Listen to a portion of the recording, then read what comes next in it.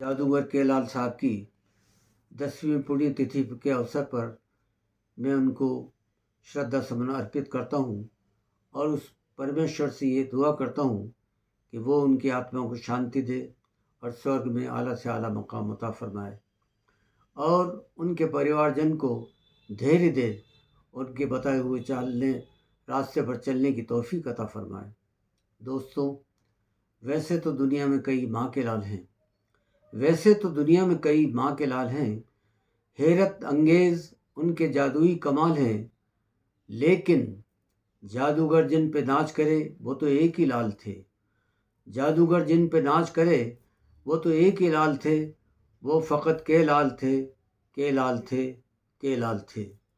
दोस्तों, जादूगर केलाल साहब का जन्म 6 जनवरी 1924 को गांव बकसरा, ज़िला अमरेली, गुजरात में श्री गिरधारीलाल जी वोरा जैन के यहाँ पर हुआ था। गिरधारीलाल जी वोरा कपड़े के व्यापारी थे, लेकिन धर्म के प्रति और गरीबों के प्रति उनका बहुत दया भाव था। इसलिए छोटे से गांव में भी वो नगर सेठ कहलाते थे। श्री गिरधारीलाल जी के 2 पुत्र थे। बड़े पुत्र का नाम श्री केलाल, जिसको कांति बाबा कहते थे, दूसरा किशोर भाई। उन दिनों बहुत सारी मंडलियाँ जो रामलीला के प्रदर्शन करती थी गांव में आया करती थी। गिरधारीलाल जी के 2 मकान थे, एक में वो आवास करते थे, दूसरा निवास उन्होंने उन मंडलियों को ठहरने को दे दिया था। क्योंकि कांति बाबा बड़े थे तो उनके भोजन की और दूसरे कामों की व्यवस्था के लिए उनको लगाया गया था। कांति बाबा उनके भोजन की व्यवस्था करते और उन कलाकृतियों को देखते। शाम को जब मंच पर उन कलाकारों का प्रदर्शन होता, लोग तालियों की गड़गड़ाहट से उनको निहारते, उपहार देते, तब कांति बाबा के मन में ये आता था कि मैं भी काश कोई ऐसा कलाकार बन जाऊं। वो ये सोचा करते थे। फिर उन्हीं दिनों में मदारी लोग अपने जादू का प्रदर्शन करने के लिए गांव-गांव आया करते थे। कांति बाबा मदारियों के प्रोग्राम देखते और फिर धीरे से मंद मुस्कान से कहते, बाबा 1-2 आइटम मुझे भी सिखा दो ना। मदारी बाबा उसके कंधे पे हाथ रखते, मुस्कुराते, लेकिन उसकी बाल मुस्कुराहट पर फिदा होकर 1-2 ट्रिक्स उसको बता के चले जाते। ये क्रम निरंतर चलता रहा।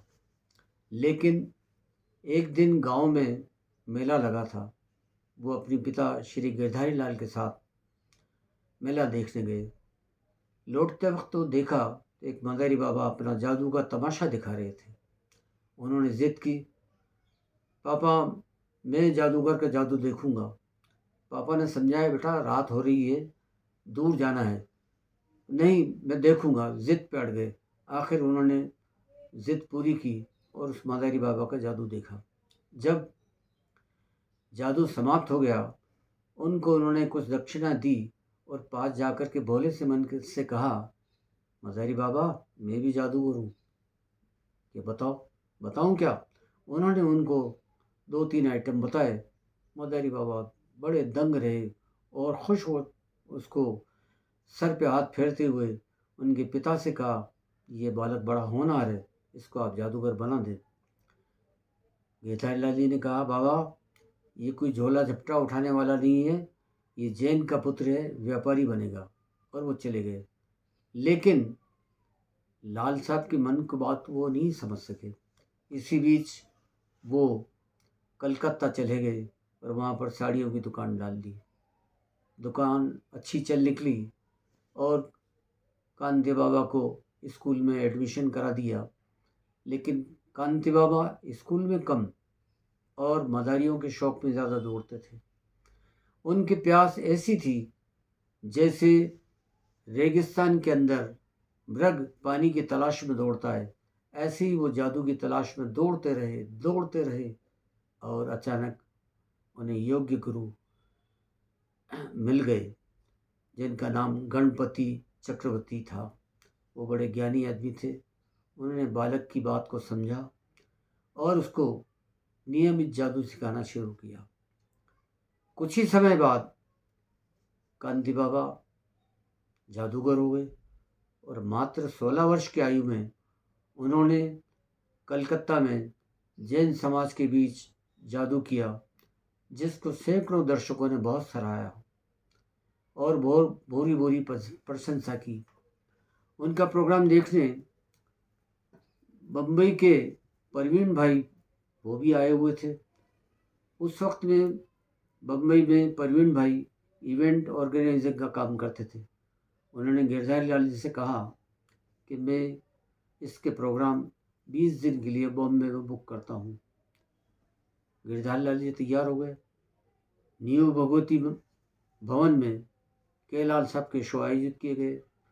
कॉन्ट्रैक्ट था मात्र 20 दिन का, लेकिन प्रोग्राम चला पूरे 100 दिन और 100 दिन हाउसफुल शो। उनके प्रोग्राम के साक्षी थे कुमार बाबू, जादूगर प्रोफेसर हाकाशा और मशहूर जादूगर गोगिया पाशा। यहाँ से कांति बाबू के लाल बन गए। उन्होंने देश के कई प्रांतों में, छोटे बड़े शहरों में अपने खूब प्रोग्राम दिए और आपको आश्चर्य होगा कि उन्होंने हिंदुस्तान के वो पहले जादूगर थे जिन्होंने विदेश में फिजी के अंदर प्रोग्राम किया। फिजी से बाद ऑस्ट्रेलिया, न्यूजीलैंड, जापान और बहरीन जैसे बढ़िया शहरों में, बढ़िया जगहों पर खूब ख्याति प्राप्त की। अब वो कांति बाबा ग्रेट के लाल हिंदुस्तान के नहीं बल्कि इंटरनेशनल जादूगर बन गए थे। दोस्तों, मुझे उनकी इस कोशिश पे, उनकी सफलता पे एक दो छंद कविता के मैं पेश कर रहा हूँ कि हार नहीं होती, हार नहीं होती, कोशिश करने वालों की हार नहीं होती। नन्ही चींटी जब दाना लेकर चलती है, चढ़ती दीवारों पर 100 बार फिसलती है, चढ़कर गिरना गिरकर चढ़ना नहीं अखरता है, कोशिश उसकी लेकिन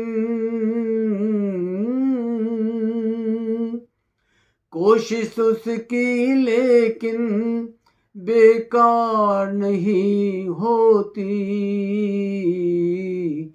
कोशिश करने वालों की हार नहीं होती। डुबकियां सिंधु में गोताखोर लगाता है, जा जाकर खाली हाथ लौट कर आता है, मिलते ना सहज ही मोती गहरे पानी में, बढ़ता उसका उत्साह इसी हैरानी में, कोशिश उसकी लेकिन कोशिश उसकी लेकिन बेकार नहीं होती, कोशिश करने वालों की हार नहीं होती। तो दोस्तों, जो करता है वही आगे बढ़ता है। जादूगर कभी हारता नहीं, हमेशा जीतता है। अगर हार भी गया तो फिर वो सीखता है, फिर वो जीतता है। मैं अब आपके सामने उनके साथ बिताए गए कुछ लम्हात जो मेरे जीवन में एक मेरी याद बनकर के रह गए हैं, उनको आपके साथ शेयर करना चाहता हूँ। मेरी मुलाकात के लाल साहब से अहमदाबाद में हुई। वहाँ के जादूगर प्रोफेसर भोपाली ने मुझे पत्र लिखा कि यहाँ गुजरात जादू एसोसिएशन का उद्घाटन होने जा रहा है, आप इसमें पधारिए। मैं भोपाली साहब के साथ गया और वहाँ पर देखा कि साबरमती के किनारे टेंट लगा हुआ था, कुछ जादूगर विराजमान थे। मेरी मुलाकात इन्होंने मेरे उस्ताद के कमाल साहब ने करवाई थी। उसमें देसानी काका और डॉक्टर धनराज भी थे। केलाल साहब ने मंच पे अपनी बात रखी और फिर घोषणा की कि मैं जादू संघ का अध्यक्ष, गुजरात जादू एसोसिएशन का अध्यक्ष श्री भोपाली को बनाता हूँ। मुझे आश्चर्य हुआ कि जिस व्यक्ति ने इतना पैसा खर्च कर अपना नाम छोड़ के उनका नाम क्यों प्रपोज किया, लेकिन वो बड़े पारखी थे। उन्होंने उस समय में भोपाली साहब ताज प्रोडक्शंस के और सिगरेट के किंग माने जाते थे।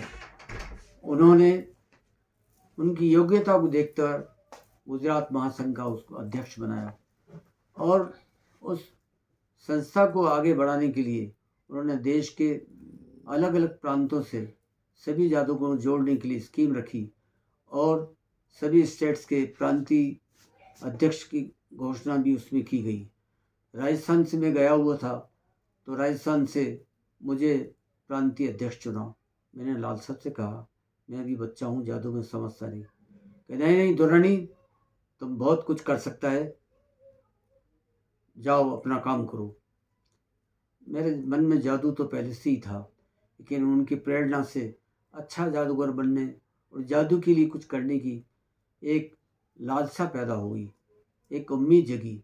और मैंने उनसे आने के बाद उदयपुर जावर माइंस के पास पाटला गांव में अपना प्रोग्राम किया, जिसे सैकड़ों दर्शकों ने पसंद किया। उसके बाद मैंने कांकरोली टॉकीज में प्रोग्राम्स किए और उसी टाइम के बाद 1970 में मशहूर जादूगर बीएन सरकार साहब ने उदयपुर चेटक गांधी ग्राउंड में अपना विशाल तंबू खड़ा किया। हम भी भाववश देखने गए, लेकिन दूसरी दिन उनके मैनेजर श्री रहमान साहब मेरे पास आए और कहा कि आपको सरकार साहब ने याद किया है। मैं थोड़ा आश्चर्य में रहा, लेकिन शायद उनको ज्ञान होगा कि हाँ, दुर्रानी नाम का कोई जादूगर है। मैं जाके मिला, अच्छा तो मैं मिस्टर दुर्रानी, अच्छा हैंडसम लगता है। अभी हमारे को एक हमारे आर्टिस्ट के लिए पीने के पानी का बड़ा टंकी का ज़रूरत है, एक ड्रम तुम लाके दे सकता है? मैंने यस सर। मैंने दूसरे ही दिन उनको ड्रम ला कर के दिया और जब मैं शाम को उनसे मिलने गया तो देखा ड्रम पे लिखा था मैजिक प्रिंस दुर्रानी उदयपुर। मैंने सरकार ये आपने क्या किया? बोला नहीं नहीं, तुम प्रिंस है, प्रिंस जैसा लगता है, अब कार्ड पे अपना नाम प्रिंस दुर्रानी लिखा करो, मैजिक प्रिंस दुर्रानी, समझा? अच्छा साहब। हम सुबह शाम उनसे मिलते, जादू की बहुत चर्चा होती। उन्होंने मैनेजर को कुछ कार्ड्स जिसमें मैं और मेरा परिवार और मेरे और मिलने वाले आ सकें, इसके लिए घर पे पहुंचा दिया और बोल दिया दुर्रानी साहब का कोई भी आदमी आए तो इज्जत से इसको बिठाने का है। बातचीत का सिलसिला चलता रहा। लाल साहब की मशाल मेरे दिल में जल रही थी। मैंने सरकार बीएन से कहा, बीएन सरकार साहब, मेरा ऐसा इरादा है कि हम जादू के लिए कुछ अच्छा काम करें।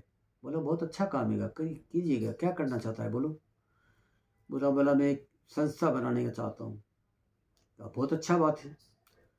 फिर हमने उदयपुर के कुछ डॉक्टर, वकील, इंजीनियर, प्रबुद्ध जादू के शौकीन लोगों को इकट्ठा किया और सूचना प्रसार केंद्र के अंदर तिलस्मी कला संस्थान का बीएन सरकार द्वारा उद्घाटन किया। जादू का शौक चलता रहा। इसी के बाद 1977 के अंदर मुझे एक निमंत्रण पत्र मिला, जादूगर लालदास परजी ने भेजा था।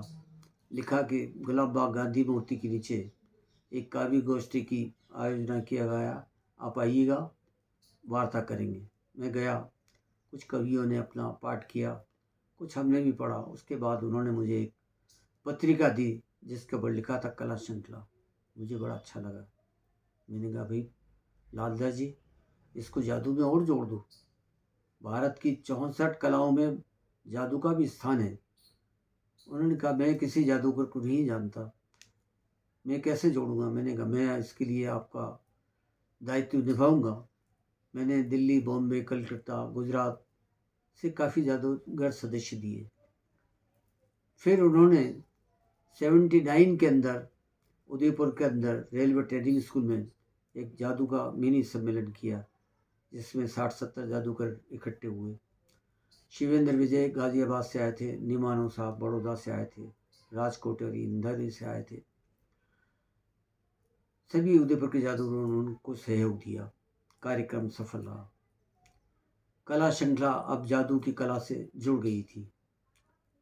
वो कला श्रृंखला कुछ प्रारंभिक दिनों में कुछ कठिनाई आई। उसके बाद 1984 में मुझे जादूगर सीनियर मंगल के मैनेजर आए और उन्होंने कहा कि आपको पालनपुर मंगल भाई ने याद किया है। मैं गया। मंगल साहब ने कहा, दुरानी साहब, मुझे राजस्थान आपके मैनेजमेंट में खेलना है, कि आप अपना निर्देशन दे सकेंगे। मैंने कहा मेरा सौभाग्य है। मैंने उनका वेलकम किया और राजस्थान महिला विद्यालय में हमने 1 महीने के परमिशन से उनका प्रोग्राम लगा दिया। प्रोग्राम हकीकत में बहुत नायाब था और वो प्रोग्राम निरंतर चलता रहा। तो मैंने उनसे कहा, मंगल भाई, आप दर्शकों को जादू दिखाते हो, वो मंत्रमुग्ध होते हैं। 4 दिन आज की बात चलती है, फिर लोग अपने काम में लग जाते हैं। आप एक अखिल भारतीय जादूगर सम्मेलन करें, जिससे कि जादूगर आपकी कला को समझें और आपका नाम हमेशा हमेशा रहे। उन्होंने कहा, बहुत अच्छी बात है, मुझे क्या करना पड़ेगा? कि आपको 3 दिन आने वाले जादूगरों को भोजन देना पड़ेगा और आपका स्टेज। उनका मैं तैयार हूँ। मैंने लालदास जी से बात की कि अपनों को क्या करना पड़ेगा, कि इनके इनाम, प्रमाण पत्र, इनके ठहरने की व्यवस्था। लालदास जी तैयार हो गए। इस तरह से तिलस्मी कला संस्थान और कला श्रृंखला के सहयोग से 3 दिन का अखिल भारतीय जादूगर सम्मेलन रखा गया, जिसमें लगभग 250 से ऊपर जादूगरों ने भाग लिया। मंगल परिवार ने भोजन के साथ साथ उनको इतनी इज्जत दी कि वो उनके दिल में समा गए। हकीकत में जादूगर मंगल एक रियल जादूगर थे। आपने देखा होगा दक्षिण भारत के नृत्यकारों का अदायगी, उनके मूव, उनके एक्शन, चाहे आप कथकली के डांस में बिरजू महाराज को लें। आदमी जब तक अपनी कला में नहीं खोता है, जब तक उसको आनंद नहीं आता, जब तक दर्शकों को भी नहीं आता। वो एक बात कहते, एक शेर बहुत अच्छा कहते थे, एक नूर नूर है, यानी आपका जो चेहरा है, शरीर है, वो एक नूर कहलाता है। एक नूर नूर है, लाख नूर कपड़ा, एक नूर नूर है, 1000 नूर कपड़ा, लाख नूर टिप टॉप। आप लिपस्टिक पाउडर, हार पाउडर लगाएंगे, ये सब आपका लाख नूर है। एक नूर नूर है, 1000 नूर कपड़ा, लाख नूर टिप टॉप और करोड़ नूर नखरा। जब तक आपकी अदायगी उस कथकली या मणिपुर के नृत्यकार को देख करके उस अदायगी के साथ सम पर तबले की थाप और आपकी आंखें, हाथ, पांव उस ओर इशारा इंगित नहीं करेंगे, जब उसका कोई इंप्रेशन नहीं बनेगा। तो ये बात बहुत बड़ी उन्होंने कही। मैं आपको के लाल साहब की पहली मुलाकात का एक संस्मरण सुनाने जा रहा हूँ कि मैं 1977 में अहमदाबाद में किसी काम से गया हुआ था।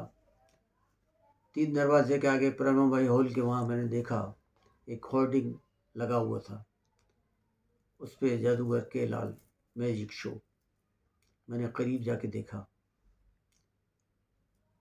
और वहाँ उनके स्टाफ के आदमी से पूछा, मैं लाल साहब से मिलना चाहता हूँ, मेरा ये विजिटिंग कार्ड से लो। उन्हें कि साहब उनका 7:30 बजे शो होता है, वो शाम को 6 बजे यहाँ पर आते हैं।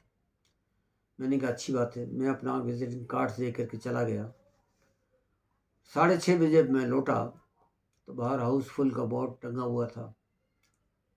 मैंने कहा, फिर भी मैंने हिम्मत करके स्टाफ के एक आदमी को अपना कार्ड दिया कि आपके मैनेजर को दे कि मिस्टर दुरानी आए हैं। मैनेजर फ़ौरन आए, आप हैं दुरानी साहब? लाल साहब अभी आपको इधर देख करके गए। अगली पंक्ति में मेरे लिए सीट खाली रखी गई थी, मैं उस पर बैठ गया। इंटरवल में लाल साहब ने ग्रीन रूम में बुलाया, हमने आइसक्रीम ली और बोला बहुत खुशी हुआ दुरानी आप इधर आया, अपन खाना साथ लेंगे। उसके बाद रात्रि को हमने भोजन किया, बहुत सारी बातें हुई और मैं चला आया। ये मेरी उनकी दूसरी मुलाकात थी। सन 1905 के अंदर केलाल साहब ने उदयपुर सुगाड़िया रंग मंच पर अपना जादू शो लगाया। माफ़ कीजिएगा, 2005 के अंदर केलाल साहब ने सुगाड़िया रंग मंच पर अपना प्रोग्राम लगाया। प्रोग्राम खूब चला, लेकिन जब हमने उनका अभिनंदन किया तो जाते समय उन्होंने कहा, दुरानी मेरा 19,500 रुपया सिक्योरिटी का ये कह कर के रोक दिया है कि यहाँ कुर्सियों में कुछ तोड़ फाड़ है। मैंने कहा, लाल साहब कोई बात नहीं, मैं 1 वीक में आपका पैसा ला करके दे दूँगा। मैंने 2 दिन कोशिश की, अधिकारियों से बात की और उनका 19,500 का चेक बनवा करके मैं सीधा अहमदाबाद पहुँचा। उस समय उनका प्रोग्राम पाटिया में चल रहा था। अरे हमारा पैसा डूबा हुआ दुरानी तुमने निकाल लिया, बड़े खुश हुए। 2 दिन मुझे अपनी ड्राइवर से गाड़ी में अहमदाबाद घुमाया। तीसरे दिन अहमदाबाद के जादूगरों को इकट्ठा किया और शॉल वगैरह उड़ाकर मेरा अभिनंदन किया। इसके बाद 2007 के अंदर मैं अचानक गैस बाटले में आग लगने से मैं, वाइफ और बच्चा जल गए और हम राजस्थान हॉस्पिटल में एडमिट हुए। उनको कला श्रृंखला द्वारा पता लगा कि दुरानी एक्सीडेंट का शिकार हो गया। उन्होंने वहाँ के ट्रस्टी मांगीलाल बिनाय साहब को फ़ोन किया कि इसको दुरानी को मेरा बच्चा समझो, बेटा समझो, इसका मदद करना है। मांगीलाल बिनाय का साहब मेरे पास आए और एक दिन ही, जब तक मैं भर्ती रहा, 1 महीने तक बराबर आते रहे। और वहाँ के skin specialist doctor Anil Chadha साहब भी बड़े फरिश्ता दिल इंसान थे। उन्होंने कहा, दुरानी मैं तुम्हारा ऑपरेशन फ्री करूँगा। वहीं पर डेंटिस्ट डॉक्टर एस के दीवान साहब, उन्होंने भी मेरी बहुत सहायता की और उनकी सहायता से मेरे को बहुत कम पैसे में मेरा काम इलाज हो गया। उस वक्त आर्थिक सहायता के रूप में डॉक्टर केलाल साहब ने और जादूगर पाशा, बड़ा जो राजकोट वालों ने भी मेरी मदद की। अब मैं एक संस्मरण आपको और सुनाने जा रहा हूँ, वो बड़ा यादगार रहा। कि एक शेर मेरे को याद आता है कि हाय आँखों में आ गए आंसू, हाय आँखों में आ गए आंसू, याद केलाल साहब के दिला गए आंसू, और दुर्रानी की आंखों से कैसे खुश होकर केलाल साहब की आंखों में आ गए आंसू। ये दिली मोहब्बत का इजहार था। उसके बाद 2012 का तो आपको, वो हमेशा मेरे से कहा करते थे कि दुर्रानी आदमी को इंसान बनना चाहिए। मेरी इच्छा है कि मैं एक अखिल भारतीय जादूगर सम्मेलन कहूँ। जादूगर, उनके पुत्र हस्सू भाई भी कहते थे, पापा का इरादा है एक बार मैं अच्छा जादूगर सम्मेलन करूँ। उन्होंने अपनी इस कल्पना को पूरा किया 2011 में। वो हमेशा कहते थे कि दुरानी आदमी को इंसान होना चाहिए। तो मेरे मन में विचार आया कि आज के दौर में आदमी को इंसान होना चाहिए। आज के दौर में आदमी को इंसान होना चाहिए, ना कि हिंदू या मुसलमान होना चाहिए। कोरोना काल है, सबको साथ होना चाहिए, जाति भेद से दूर होना चाहिए। ये हिंदुस्तान महान है, इसको और महान बनाना चाहिए। आओ सबको मिलकर तिरंगा उठाना चाहिए। आज आदमी को इंसान होना चाहिए, ना कि हिंदू या मुसलमान होना चाहिए। दोस्तों, आज का आयोजन आपके बीच बैठे समीर भाई पटेल, जो कि ना कि एक बेहतरीन जादूगर हैं, बल्कि बेहतरीन जादू प्रशिक्षक भी हैं। इनके सहयोग कर रहे हैं सुरेश भाई। इन्होंने कई जादूगरों को ट्रेंड किया। समीर भाई हजारों में एक, लाखों में नेक, जिसने न देखो समीर पटेल को देख। इनकी भी तमन्ना है। हमारे हिंदुस्तान में और दुनिया में कई जादूगरों ने जादू को बचाने के लिए अपना देश छोड़ा, जेल के शीख्सों के पीछे गए, कई फांसी पे लटक गए। क्या बात है कि हस्ती मिटती नहीं हमारी, सदियों रहा है दुश्मन दौरे जहां हमारा। तो आज हम जादू को कला का दर्जा दिलाएं, इसके लिए पहल करें और समीर भाई की अध्यक्षता में एक ऐसी कमेटी गठित करें जो जादू संस्थान के नाम से पूरे देश में जादूगरों को सम्मान दिलाए, जादू कला को इज्जत दिलाए। इसके लिए आप जूनियर पीसी सरकार, जो कि बेहतरीन जादूगर हैं, मेरी मुलाकात उनसे उड़ीसा में हुई। जादू की परख, पहचान और जादू को पहचानने वाले आदमी हैं। इनसे जादूगर आनंद जबलपुर वाले बेहतरीन जादूगर हैं, बेहतरीन विचारक हैं। उन्होंने पहले भी जादू संस्थान के लिए प्रयत्न किया है।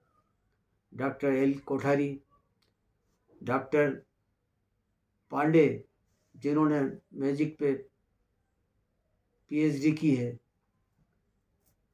जादूगर रॉय, जिन्होंने माया दुनिया में लगभग करीब 4,500 जादूगरों को ऑनलाइन जोड़ रखा है। इनकी सहायता से हम एक जादू संस्थान के निर्माण करें और जादू को भी अन्य कलाओं की तरह जादू का दर्जा दिलाएं। आप चलते चलते मैं आपसे एक बात कहना चाहूँगा कि आपने देखा होगा कि हिंदुस्तान के किसी भी कला के कलाकार को जब सम्मानित किया जाता है तो उससे पहले हम अक्सर ये सुनने को मिलता है, क्या अच्छा बोलता है, इसकी वाणी में जादू है। मोहम्मद रफ़ी और लता मंगेशकर जी की आवाज़ में, अरे वो आवाज़ के जादूगर हैं। तो जादू शब्द जब विशेषण में आता है तो जादू भला लगता है, लेकिन जहाँ जादूगर को सम्मान की बात आती है वहाँ पर जादू को इग्नोर किया जाता है। दोस्तों, 1965 के अंदर सीनियर पीसी सरकार को पद्मश्री का अवार्ड दिया। उसके बाद आज 57 साल से जादू को बिल्कुल अलग छोड़ रखा है। आप सब मिलकर के एक जादू संस्थान का निर्माण करें और अच्छी नींव बना करके जादू को कला का दर्जा और जादूगर की इज्जत दिलाएं। अच्छा, तो दोस्तों, दोस्त हो या दुश्मन, मिलाते रहिए। दोस्त हो या दुश्मन, मिलते मिलाते रहिए। कोई मिले या न मिले, पर हाथ हिलाते रहिए। जय हिंद, जय जादू। आपका सेवक जादूगर तुरानी। हाँ, चलते चलते मैं आपको एक बात वतन की कहना चाहूँगा कि वतन से आदमी को मोहब्बत रखनी चाहिए, क्योंकि वतन से हमसे वतन नहीं। और तिरंगा उठाने में जादूगर भी किसी से कम नहीं। मैं मेवाड़ का रहने वाला हूँ, लेकिन जादूगर का कार्य मुझे, यहाँ की कर्म भूमि मुझे गुजरात से मिली है। जादूगर मंगल भाई, के लाल साहब, समीर भाई के सानिध्य से मैं जादूगर बना और बंगाली प्रशंसकों ने मुझे जादू की विद्या से जोड़ कर रखा। सबसे पहले लेक पैलेस में दीपक दत्त साहब ने, रमाडा में सुमन दादार, श्री रतन तलदार, श्री मैडम डोली तलदार MD, और अनंता में श्री सुदीप राव। इनकी मेहरबानी से मैं पिछले 13-14 साल से दोनों रिसोर्ट्स में डेली इवनिंग प्रोग्राम्स करता हूँ। तो मैं वतन की बात कहते हुए अपना परिचय से समाप्त करूँगा कि महाराणा प्रताप की धरती मेवाड़ का मैं वासी हूँ, महाराणा प्रताप की धरती मेवाड़ का मैं वासी हूँ और प्रिंस दुर्रानी नाम है मेरा और मैं भारतवासी हूँ। जय हिंद, जय भारत, जय जादू।